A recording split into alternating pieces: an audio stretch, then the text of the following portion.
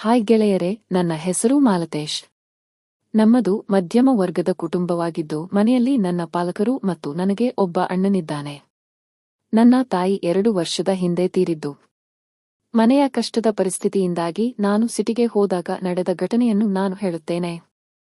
ಹುಟ್ಟಿದೂರು ಬಿಟ್ಟ ನಂತರ ನಾನು ಸಿಟಿಯನ್ನು ತಲುಪಿ ಚಿಕ್ಕ ರೂಮನ್ನು ಬಾಡಿಗೆ ಪಡೆದು ವಾಸವಾಗಿದ್ದೆ.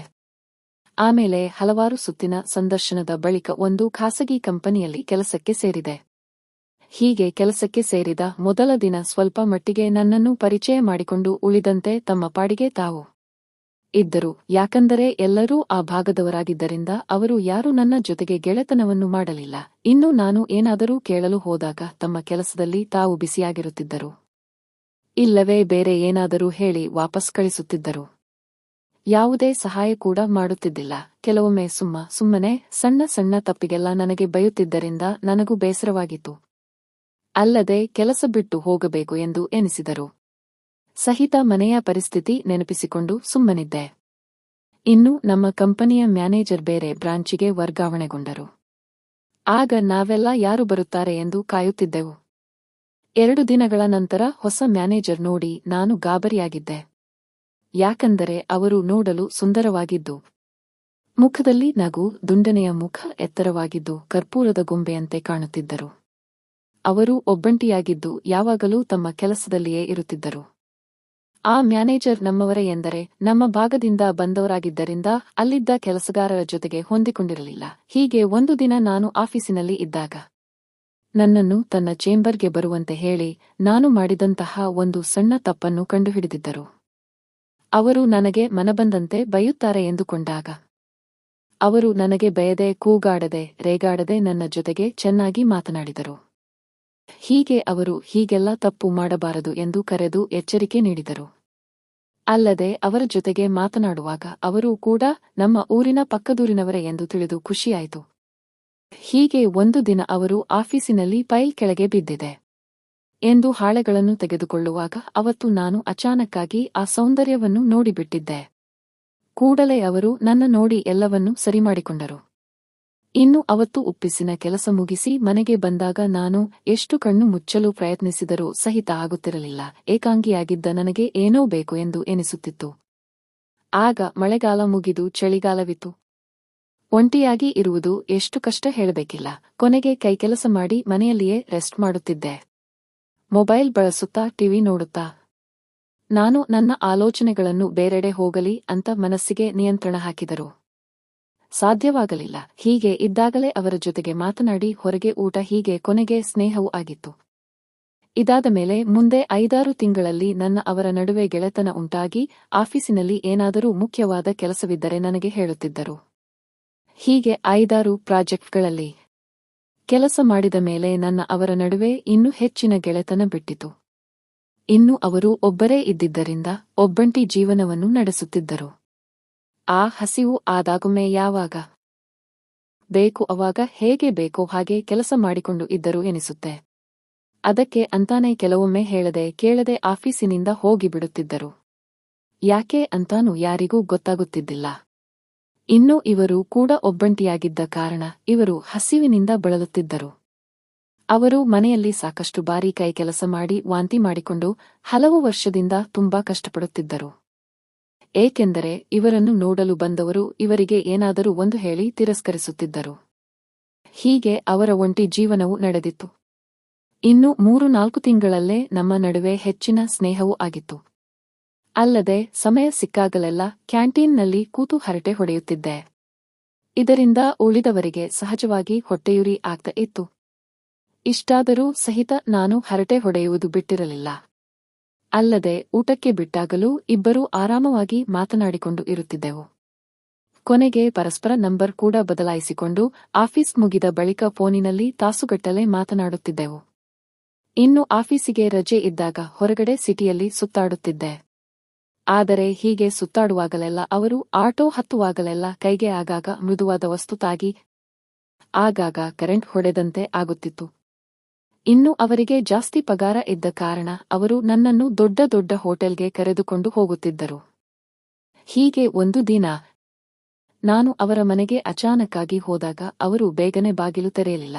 ನಾನು ವಾಪಸ್ ಹೊರಡಬೇಕು ಎನ್ನುವಷ್ಟರಲ್ಲಿ ಅವರು ಹೊರಗೆ ಬಂದರು. ಅವರು ಅಡುಗೆ ಮಾಡುತ್ತಿರಬಹುದು ಎಂದು ಸುಮ್ಮನಾದೆ.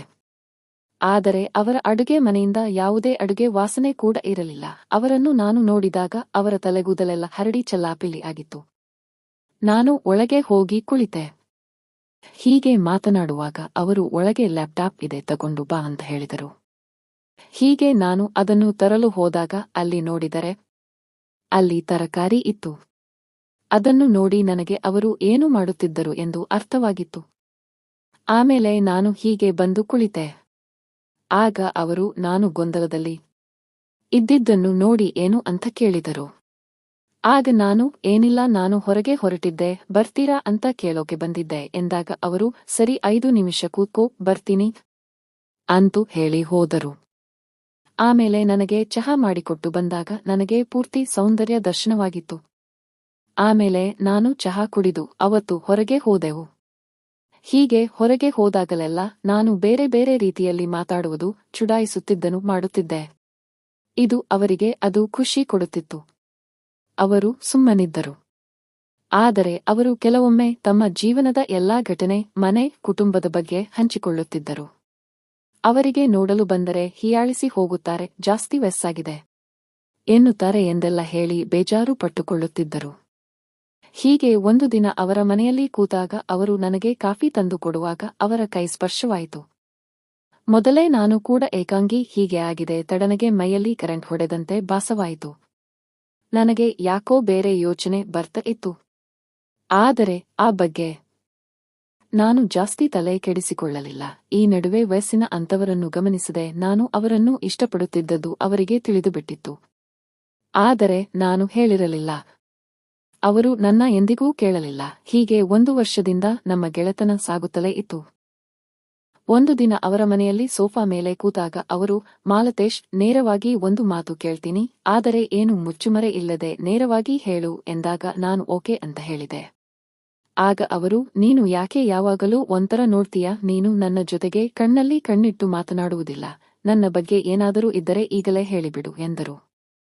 ನನಗೆ ಹೆದರಿಕೆ ಎನಿಸಿ ನನಗೆ ಏನು ಮಾಡಬೇಕು ಗೊತ್ತಾಗದೆ ಸುಮ್ಮನೆ ಕೂತಾಗ ಅವರು ಮತ್ತೆ ನಿಜ ಹೇಳಿದರೆ ಮಾತ್ರ ಸ್ನೇಹ ಹೀಗೆ ಇರುತ್ತೆ, ಇಲ್ಲ ಅಂದರೆ ಆಫೀಸಿನಲ್ಲಿ ಮಾತ್ರ ನಮ್ಮ ಮಾತುಗಳು ಇರುತ್ತೆ, ಆಮೇಲೆ ಎಲ್ಲವೂ ಬಂದ್ ಎಂದರು. ಅವತ್ತು ನಾನು ಅವರಿಗೆ ಏನು ಹೇಳದೆ ಅಲ್ಲಿಂದ ಹೊರಟು ಮನೆಗೆ ಹೋಗಿ 1-2 ದಿನ ರಜೆ ಹಾಕಿದೆ. ಹೀಗೆ ಆದ 3ನೇ ದಿನಕ್ಕೆ ಅವರೇ ನನಗೆ ಫೋನ್ ಮಾಡಿ, ನನ್ನ ಹುಟ್ಟಿದ ಹಬ್ಬ ಇದೆ, ಮನೆಗೆ ಬಾರೋ ಅಂತ ಹೇಳಿದಾಗ ನಾನು ಸರಿ ಅಂತ ಹೇಳಿದ್ದೆ. ಅವತ್ತು ಹೊರಗೆ ಮಳೆ ಬರ್ತಾ ಇತ್ತು. ನಾನು ಹೋಗಿ ಬಾಗಿಲು ಬೆಲ್ ಮಾಡಿದಾಗ ಅವರು ಹೊರಗೆ ಬಂದರು. ಅವರನ್ನು ನೋಡಿ ಬೆರಗಾಗಿ ನಿಂತಿದ್ದೆ.